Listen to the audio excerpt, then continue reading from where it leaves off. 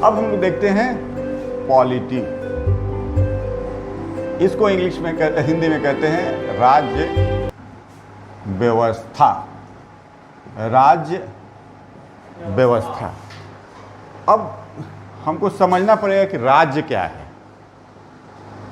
सबसे पहले हमको समझना होगा, हम पहले तो राज्य समझे तब व्यवस्था को समझेंगे ना, कि राज्य क्या है। राज्य का जो डिफिनेशन है, एक ऐसा एंटिटी जो प्रशासनिक और क्षेत्रीय, जिसका सीमा निर्धारित हो और प्रशासन करने की जो व्यवस्था होता है, उस प्रशासन करने की एक सीमा के अंदर जो प्रशासनिक गतिविधियां होती हैं, सीमा निर्धारित होती है। तो जब वहाँ के लोगों के पर जो भी नियम कानून को लागू किया जाता है, उसके तहत व्यवस्था को बनाई रखी जाती है, वो सीमा जो है वो राज्य कहलाता है। अभी आपने दो ही चीज़ कहा, और तीसरा जो राज्य का जो डिफिनेशन है वो इससे भी डिफर है। ठीक है, तो हम लोग जब राज्य की बात करेंगे तो उस समय आर्टिकल 2 को पढ़ेंगे विस्तार से, जिस समय हम सिटीजनशिप की बात करेंगे। ठीक है, जब हम फंडामेंटल राइट्स की बात करेंगे तो वहाँ आर्टिकल 12 में जो राज्य का जो डिफिनेशन है, उस 12 को हम लोग अलग तरीके से पढ़ेंगे, और उसके तहत जो राज्य का डिफिनेशन है बिल्कुल अलग है। ठीक है, और इस राज्य का मतलब है कि शासन का एक क्षेत्र है, शासन का एक क्षेत्र है। ठीक है, अब ये क्षेत्र के लिए कुछ क्राइटेरिया तय किया गया, चलते आ रहा है, उसका एक कोई ना कोई शासक होगा और एक क्राइटेरिया तय किया गया। पहला क्या है कि उसका एक निश्चित भूभाग होगा, निश्चित भूभाग होगा। क्या होगा? निश्चित भूभाग होगा, मतलब टेरिटरी होगा, सर्टेन टेरिटरी उसका होगा। अब जहाँ निश्चित भूभाग होगा तो कुछ लोग भी होंगे, तो एक कंडीशन है कि वहाँ क्या होगा? जनसंख्या होगा। क्या होगा? जनसंख्या होगा, मतलब पॉपुलेशन होगा, पॉपुलेशन होगा। अब जहाँ भूक्षेत्र है, जनसंख्या है, तो कोई ना कोई बाय डिफॉल्ट एक कोई ना कोई सिस्टम बन जाता है। आप भी देखिएगा कि ऐसे ही कहीं कोई भीड़ शुरू हो गई और कोई एक्सीडेंट हो गया, वहाँ भीड़ इकट्ठा हुआ, उसी में कोई ना कोई एक अधिक बोलने वाला या जो भी लगे, तो लोग देखते हैं कि वहाँ वो खड़ा हो जाता है और एक व्यवस्था बन जाती है कि उसके लिए कैसे काम किया जाए।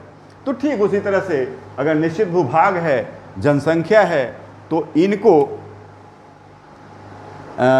संचालित करने के लिए एक क्या होगा? एक सरकार होगी। एक क्या होगी? सरकार होगी। क्या होगा? गवर्नमेंट होगा। ठीक है, क्या होगा? गवर्नमेंट होगा। उसके साथ साथ अब हम कह रहे हैं कि निश्चित भूभाग है, जनसंख्या है और सरकार भी है, तो भाई हमारा जो अपना क्षेत्र है उसमें हम सबसे प्रबल होंगे, अपने क्षेत्र के हम प्रभुता मेरी होगी कि मेरे क्षेत्राधिकार में कोई हस्तक्षेप नहीं करे। अर्थात चौथा एक जो क्वालिटी है ये हो, क्या होगा? संप्रभुता।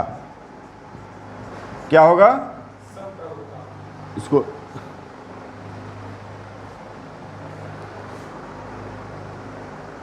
क्या कहते हैं? सॉवरेंटी।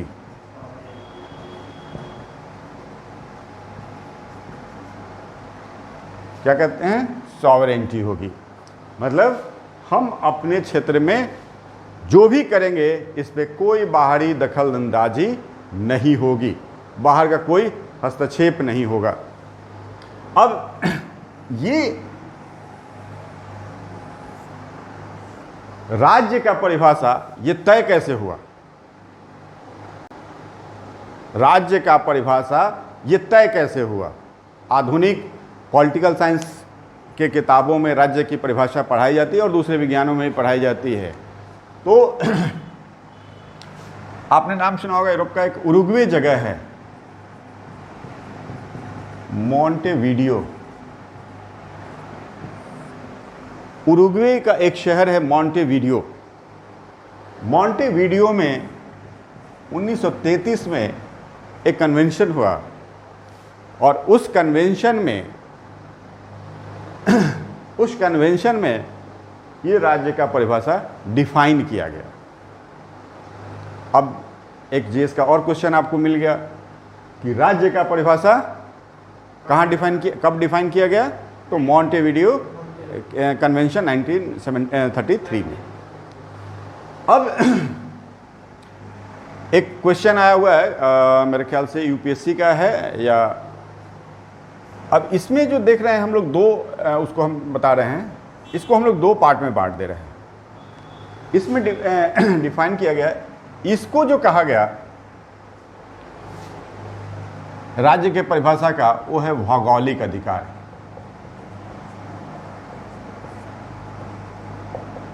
भौगोलिक आधार।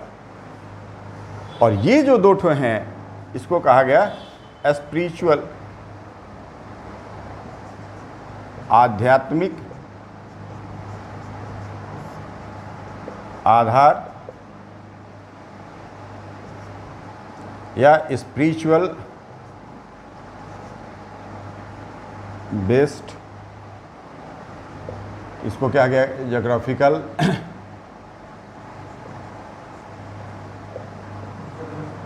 या फिजिकल बेस्ड। ठीक है। अच्छा, अब सवाल आपका होगा कि इसको हम क्यों बांट रहे हैं भाई, ज्योग्राफिकल में क्यों बांट रहे हैं, भौगोलिक में क्यों बांट रहे हैं, और इसको क्या आध्यात्मिक हम क्या रहे हैं, इसका क्या मतलब? तो इसको थोड़ा सा समझिए। हम ज्योग्राफी में किन किन चीज़ों का अध्ययन करते हैं या फिजिकल में किन किन चीज़ों का हम बात करते हैं, वो जिसको हम लोग छू सके, देख सकें, समझ सकें। एम आई राइट? जिसको सपोज कि ये डस्टर है, ये भौतिक चीज़ है या अभौतिक चीज़ है? भौतिक है। तो निश्चित विभाग जो होगा, जब सीमा निश्चित है तो हम तो उसको देख सकते हैं ना, देख सकते हैं। तो ये क्या हो जाएगा कि इसका फिजिकल एग्जिस्टेंस है। पॉपुलेशन को हम लोग पॉपुलेशन को हम लोग देख सकते हैं कि नहीं देख सकते हैं?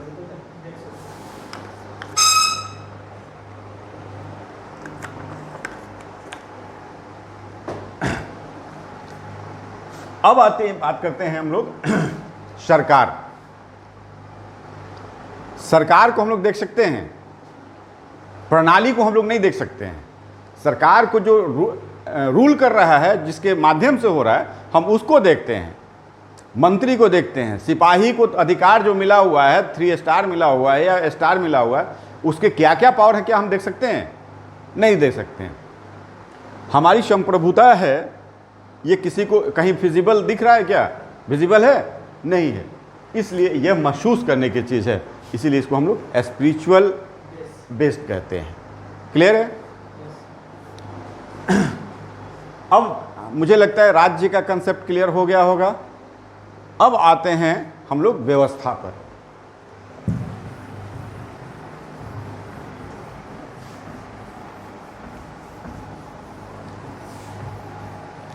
अभी तक हम लोग बात कर रहे थे राज्य से, तो क्लियर हो गया। राज्य का डेफिनेशन कब तय किया गया?